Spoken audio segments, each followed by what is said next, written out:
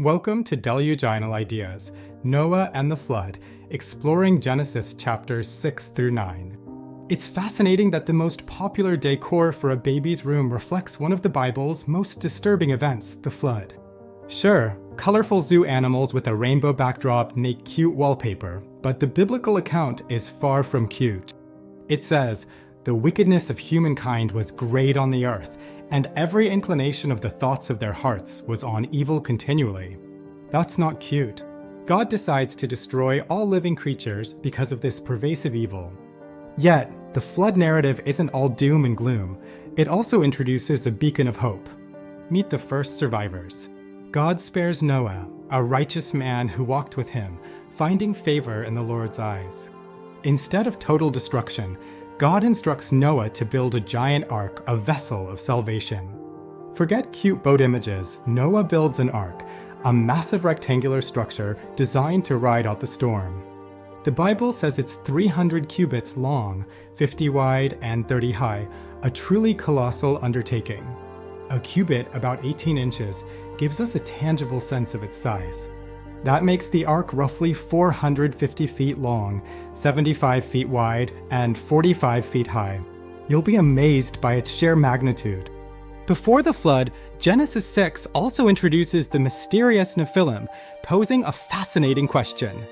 Who are these mighty heroes born from the sons of God cohabiting with human daughters, adding to pre-flood wickedness? Are the sons of God special humans, or are they angels like the Greek Titans? Scholars debate, but Numbers 13 describes the Nephilim as so big they made men look like insects, likely an exaggeration, yet they were exceptional. The ark, with its 3 levels, offers ample space for all the creatures God commanded Noah to bring. God commands Noah to bring 7 pairs of clean animals and 1 pair of unclean ones, not about bathing, but fitness for consumption or sacrifice. More clean animals mean a post-flood barbecue, a practical provision for survival and worship. Soon, Noah, his wife, their sons Shem, Ham, and Japheth, and their wives board the ark, preparing for the coming storm. This isn't a 3-hour tour. The storm hits, a deluge with God opening the floodgates of heaven and springs of the deep, undoing the created order. It rains 40 days and nights, but the waters linger over a year, a testament to the immense scale of the flood. Noah's family diligently tends the animals, well prepared with food and supplies for their long journey. Finally, the ark lands on Mount Ararat, a majestic peak near modern-day Turkey and Armenia. Noah sends a raven, then a dove, seeking signs of dry land. After a few tries, the dove returns with an olive leaf, a universal peace symbol, and finally doesn't return, signaling safety and new beginnings. Noah disembarks, offering a sacrifice to God in gratitude for their deliverance. People still search Mount Ararat for the ark, some claiming to see it, though at 17,000 feet, they might be hallucinating. After the flood, God shares good news. "I will never again curse the earth nor destroy every living creature." Bad news? Human hearts remain evil, a persistent challenge for humanity.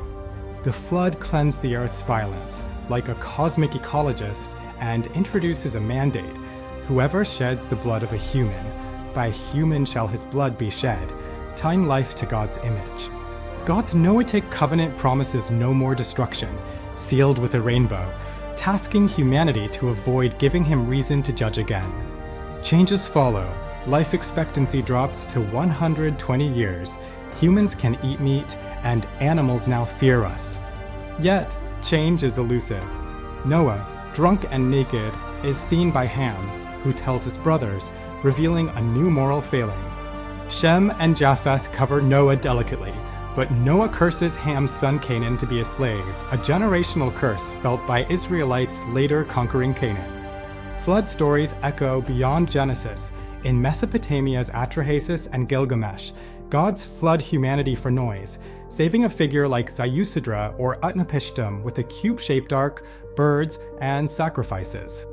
Unlike Noah, they save artisans too, and gods swarm the sacrifice, famished, highlighting cultural differences. Why curse Canaan, not Ham? In ancient times, A curse often hit descendants, impacting future generations.